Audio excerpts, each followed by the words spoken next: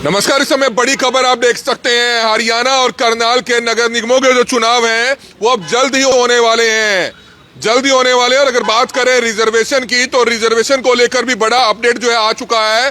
करनाल नगर निगम mayor चुनाव open हो चुका है। करनाल नगर निगम का जो मेयर चुनाव था, मेयर सीट का जो चुनाव है वो ओपन हो चुका है। यानी कि करनाल से आदमी या महिला में से कोई भी चुनाव लड़ सकता है और किसी भी बिरादरी से लड़ सकता है। हालांकि पहले करनाल में 10 साल जो है जनरल की जो है महिला सीट जो है आरक्षित थी।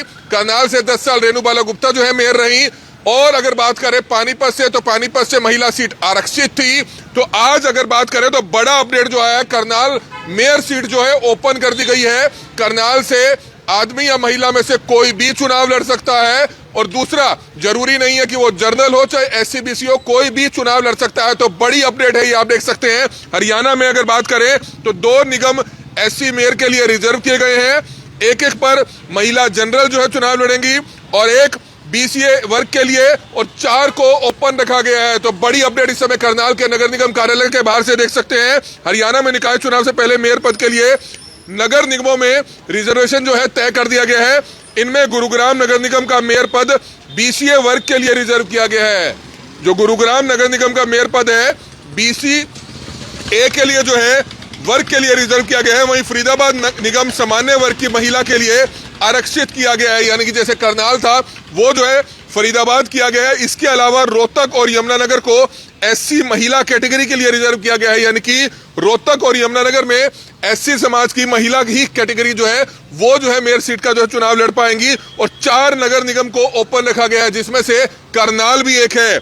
इस समय आप बड़ी खबर देख सकते हैं। ओपन वाले में हम आपको बता दें, हिसार, पानीपत, करनाल और मानेसर शामिल है जिनको ओपन रखा गया है। तो ये बड़ी अपडेट इस समय आप करनाल के नगर निगम कार्यालय से देख सकते हैं। हालांकि अभी क्योंकि पार्षद सभी पूर्व हैं, पूर्व मेयर हैं, जिसके चलते नगर निगम जो है, अब अधिकारी तो जरूर बैठे होते हैं लेकिन पार्षद नजर नहीं आते हैं। इक्का दुक्का पार्षद कोई काम कराने आए तो नजर आए, लेकिन पूरा नगर निगम जो है, जो डिप्टी मेयर का कमरा है, सीनियर डिप्टी मेयर का कमरा है, मेयर का कमरा है, वो खाली रहता है। जिसमें हालांकि तकरीबन पहले पार्षद जो 20 पार्षद हैं वो बैठे रहा करते थे लंबे समय से, क्योंकि तकरीबन 7 से 8 महीने का समय लगभग हो चुका है, शायद इससे ऊपर का समय हो चुका है, कार्यकाल समाप्त हुए। लेकिन अब जो है आप देख सकते हैं, पहले लोकसभा चुनाव हुए, फिर विधानसभा चुनाव हुए।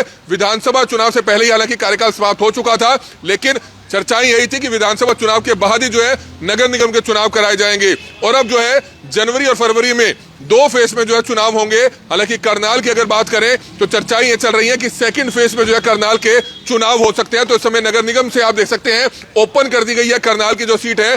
महिला या आदमी में से कोई भी चुनाव लड़ सकता है, किसी भी बिरादरी से हो वो चुनाव लड़ सकता है। आप ये बड़ी खबर इस समय आप देख सकते हैं करनाल के नगर निगम के कार्यालय के बाहर से। तो लेटेस्ट अपडेट है, कहां कहां क्या क्या अपडेट किया गया है वो इस समय हम आपको बता रहे हैं। ये बड़ी खबर इस समय आप देख सकते हैं। हरियाणा के करनाल से हम आपको बता रहे हैं, गुरुग्राम नगर निगम का जो मेयर पद है वो बीसीए के लिए जो है रिजर्व किया गया है। वहीं फरीदाबाद निगम का जो है सामान्य वर्ग की महिला के लिए आरक्षित किया गया है, यानी कि जनरल वर्ग की महिला के लिए आरक्षित किया गया है, जैसा कि पहले करनाल में था।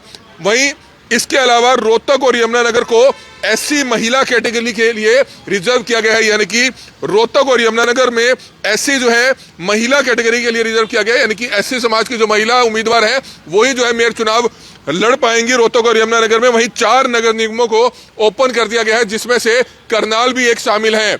अब अगर बात करें, हालांकि पहले लगातार चर्चाएं थी कि कोई महिला चुनाव लड़ेगी, लेकिन अब जो है ये तय हो चुका है, क्योंकि अब कोई भी चुनाव लड़ सकता है, आदमी भी चुनाव लड़ सकता है। और जरूरी नहीं है कि वो जनरल कैटेगरी से हो, एससी बीसी कैटेगरी से भी जो है चुनाव लड़ सकता है। यानी कि करनाल और 4 अन्य नगर निगम जो है ओपन कर दी गई हैं। तो ये बड़ी खबर इस समय देख सकते हैं। अब कहीं ना कहीं करनाल में बहुत से उम्मीदवार आएंगे, बहुत से उम्मीदवार बीजेपी के होंगे और बहुत से उम्मीदवार कांग्रेस के होंगे, बहुत से उम्मीदवार आजाद भी हो सकते हैं जो मेयर के लिए चुनाव लड़ना चाहें। हालांकि कुछ एक दिनों में ही जो है अब नाम सामने आना शुरू हो जाएंगे।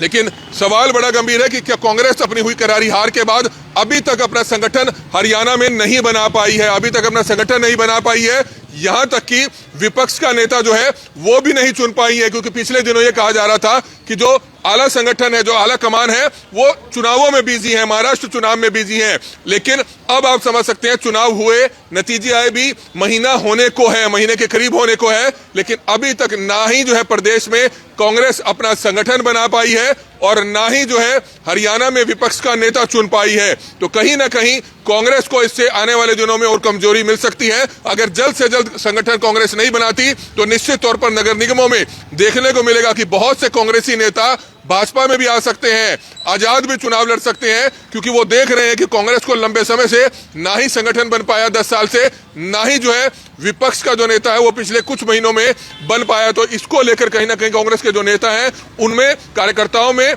कुछ नाराजगी और कहीं ना कहीं कुछ कमजोरी जरूर देखने को मिलती है। अगर जल्द से जल्द कांग्रेस अपना संगठन हरियाणा में बना लेती है या अपना विपक्ष का नेता भी चुन लेती है तो कहीं ना कहीं कांग्रेस में, कांग्रेस के कार्यकर्ताओं में कुछ जान जरूर आएगी, क्योंकि संगठन बनने के बाद कहीं ना कहीं थोड़ी मजबूती जरूर मिलती है पार्टी को।